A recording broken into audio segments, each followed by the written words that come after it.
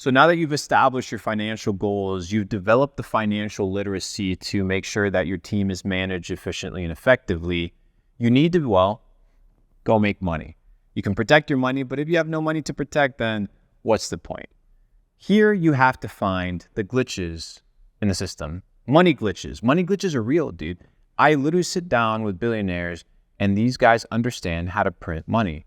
There are money glitches, but these glitches have to originate from some sort of cause. Cause equals effect. And you can influence the effect through action, but you need to be able to figure out what is the cause of a problem and where can you provide a solution. There's a couple gaps in the marketplace, and I want to mention 4 of them. So in this concept of the money gap, the first gap between a person that has money and is willing to expend that money for something else is your access gap. People are willing to pay for access. So if you want to make money, you must be willing to provide access, to be a bridge, to be some sort of toll collecting system.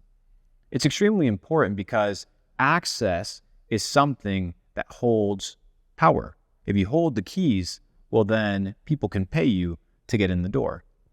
Access is important. So many people are willing to pay tens of thousands of dollars to get into an event, or pay millions of dollars to buy a specific vehicle that will give them access to a club, or donate millions of dollars to a nonprofit organization that will give them access to a special dinner with a billionaire that will give them access to a specific club or a room.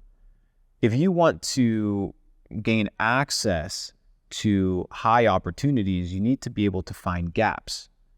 First gap is the access gap. The second gap is the time gap. People are willing to pay to save time. Aren't you? You wouldn't be willing to pay a premium for food delivery? You do. You wouldn't be willing to pay a premium for an Uber as opposed to waiting 10, 20 minutes, 30 minutes for a taxi, having to pay cash? You do. People are willing to pay for the time gap. That's why people fly in private jets. Most people don't fly in private jets just because it's comfortable. The plane itself, right? There's no real difference between a first class and a private jet. You're still sitting in a seat, but there's a time experience, right? There's a time gap that you're able to satisfy. So remember here, guys, the framework of this data set is now that you can protect your estate, you need to build your estate, so you need to make money. So you need to find these access points, these glitches, these anomalies in order to make money. You need to find these gaps. If you satisfy the market, if you're able to provide value for something that is missing, then you can make a lot of money. The next one is the information gap. People are willing to pay for premium information, whether it's Wall Street, whether it's governments paying for intel and paying spies and building organizations that build satellites to spy on different countries. People are willing to pay for information. I know this because I myself pay tens of thousands of dollars every single year for mentors and coaches and people that are willing to help me level up. Why? Because you're not just paying for information, you're paying for experience and knowledge and the ability to gain intel that will allow you to make better decisions. That's what you're paying for. You're paying for increased probabilities of success. People are willing to pay for money if you can provide access to good information. And the last one is your convenience gap. People pay for convenience. And convenient doesn't necessarily mean less time.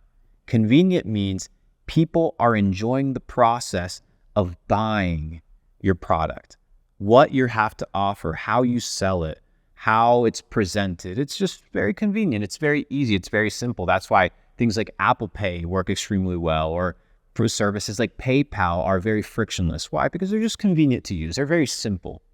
If you can provide value and understand that there's a gap in convenience, like think about taxis, dude, so fucking inconvenient. Somebody provided the value of making that inconvenience disappear. Somebody solved that problem. And if you solve big problems, you make a lot of money.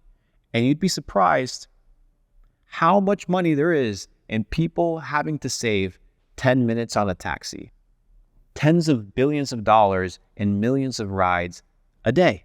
So this is just one example of the monetization possibility and opportunity that's connected with providing value and mitigating the distance and these gaps between the seller and the buyer. And of course, the objective, because ultimately, people are not buying a product. Hear me out when I say this.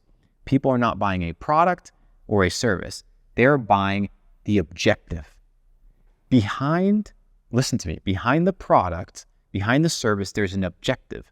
Somebody could go into a dealership and buy a Lamborghini for 10 different reasons. Somebody could buy a Lamborghini to gift it to his wife. Somebody could buy a Lamborghini because he just became a millionaire. Somebody could buy a Lamborghini because he's so rich that he's just buying another day toy to give it to his son.